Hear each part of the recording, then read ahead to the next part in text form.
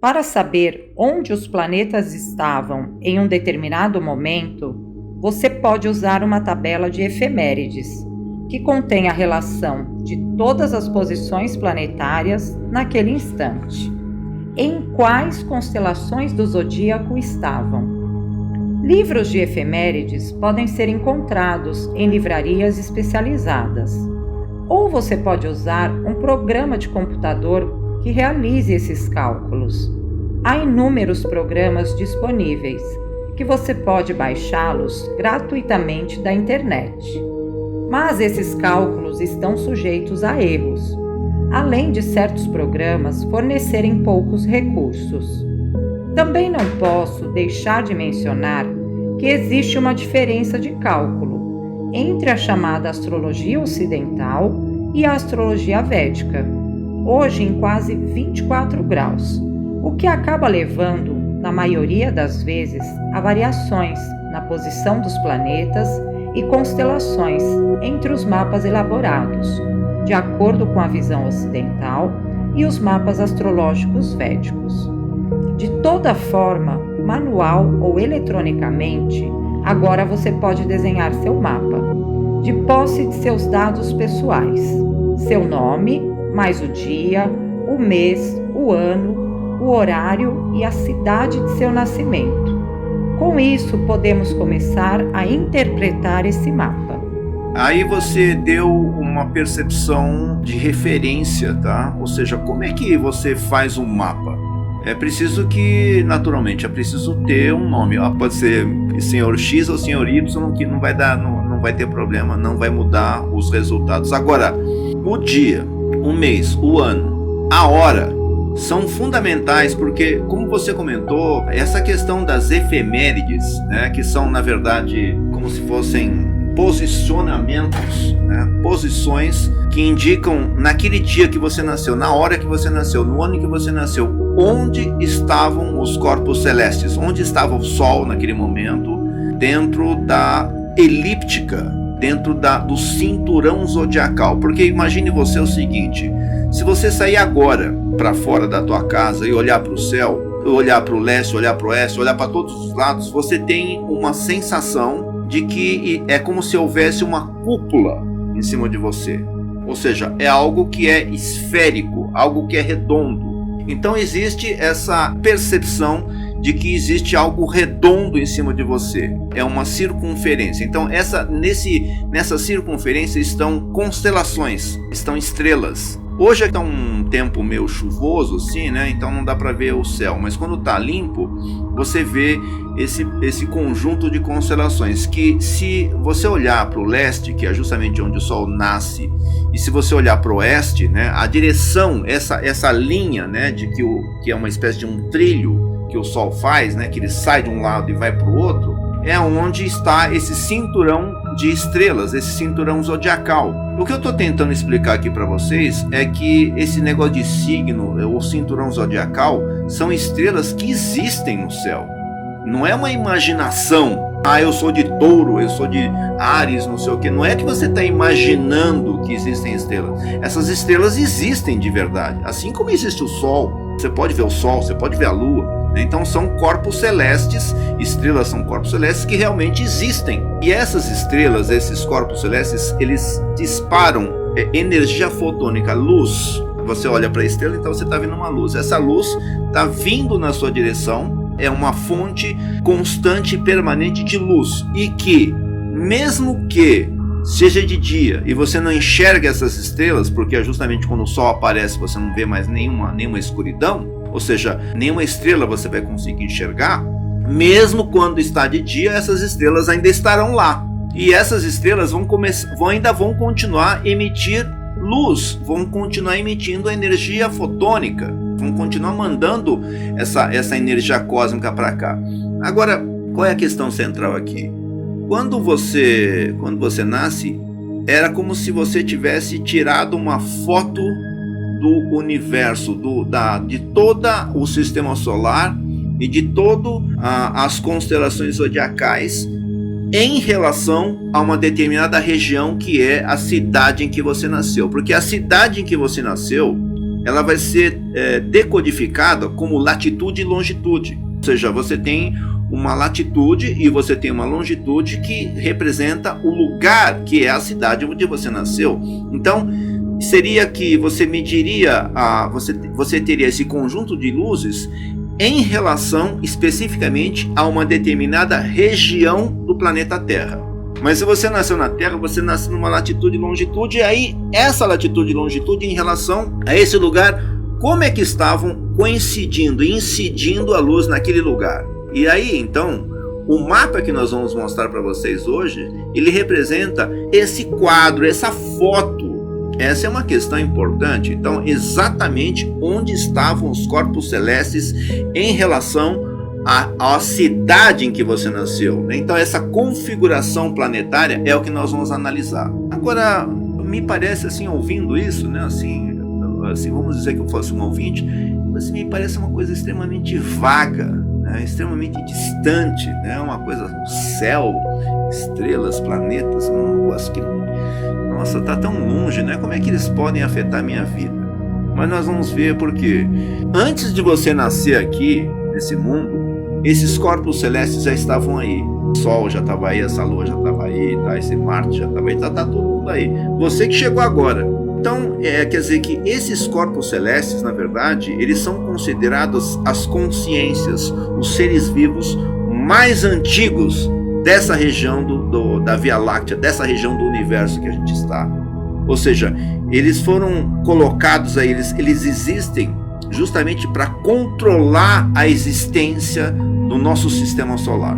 Não há como você negar que sem a presença do Sol é impossível haver vida nesse planeta. Não tem como haver vida nesse planeta sem o Sol, sem a energia solar.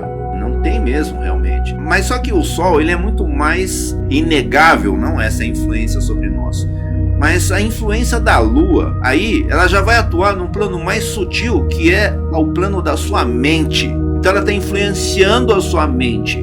Os outros planetas que estão mais próximos da Terra, que é o caso de Mercúrio e de Vênus, eles influenciam, por exemplo, Mercúrio influencia a sua inteligência, a sua capacidade de comunicação. Vênus, então, que ainda continua mais perto ainda, não, do planeta Terra, porque esses dois aí eles estariam, não, entre o Sol e a Terra. Vênus, então, influenciaria, por exemplo, a sua capacidade de obtenção de prazer, só para citar um exemplo.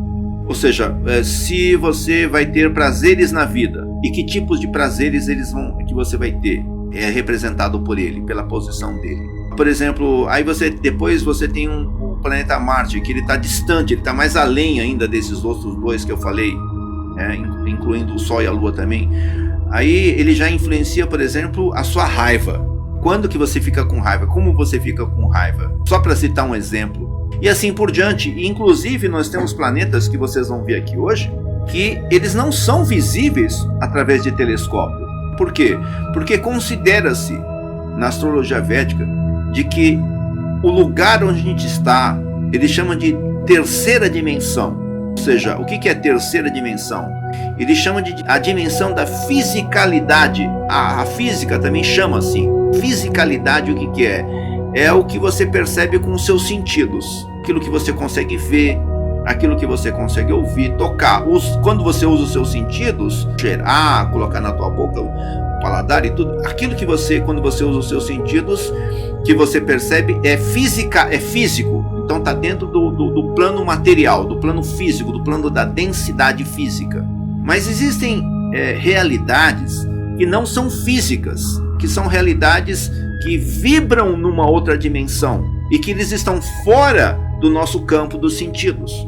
Mas não é porque eles estão fora do nosso campo dos sentidos que eles não existem, que eles não influenciam a nossa existência aqui. Então, esses corpos celestes, esses planetas, também nós vamos considerá-los, e eles têm uma energia, uma força muito grande na nossa realidade. Eles influenciam até mais do que os próprios planetas que são físicos.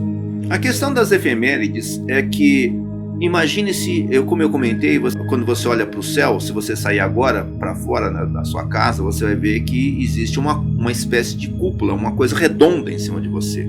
Quer dizer que embaixo de você, porque está abaixo da linha do horizonte, também tem uma outra coisa redonda. Então você tem um círculo em torno de você. Então imagine-se dentro de uma esfera. Essa esfera ela não é necessariamente exatamente redonda, ela é meio ovalada. Portanto, todo o círculo, independentemente da forma desse círculo, ele tem que ter necessariamente 360 graus. Então, quer dizer que ele tem 360 graus, mas só que existem 12 signos, sendo que cada um desses signos, desses 360, ele ocupa 30 graus. Então, 30 vezes 12 dá 360. Então, cada signo tem 30 graus. Então, nós vamos ver, e vocês vão ver daqui a pouco, quando eu mostrar o mapa de vocês, que existe um número embaixo de cada planeta, que representa exatamente o grau em que esse planeta estava naquele momento em que você nasceu. Então, essa interpretação do grau é fundamental. Agora, existe uma diferença de aproximadamente 24 graus de distância, ou ainda de diferença, entre a astrologia ocidental e a astrologia védica.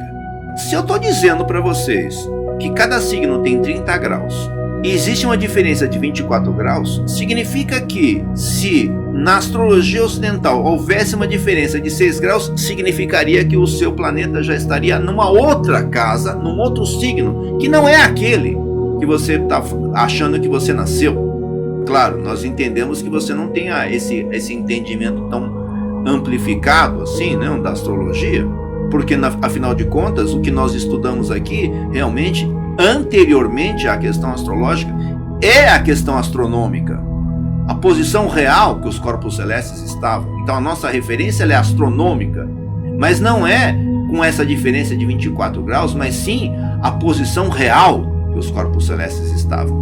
Você pode perguntar por que tem essa diferença, mas você pode elaborar essa pergunta depois, porque quem inventou esse negócio de efeméride, tá, para o mundo ocidental, porque veja, o mundo ocidental ele começa a acontecer a divisão do Oriente e Ocidente com o Império Romano. O Império Romano, que como nós sabemos ele ficou durante séculos, mais ou menos 700, 800 anos, ele dominou o mundo conhecido. Quando um país domina, né, toda uma época, ele impõe o conhecimento dele, ele impõe as vontades dele, ele impõe o jeito que as pessoas vão se vestir, do jeito que elas vão falar, qual é a religião que você vai ter, que comida que você vai comer, tá? Como é que o dinheiro que você vai usar, ele impõe a vontade dele. Se você não fizer isso, você morre, você vai preso. O conhecimento, por exemplo, político, filosófico, científico, médico, tudo era romano. Anteriormente era grego, depois ficou romano.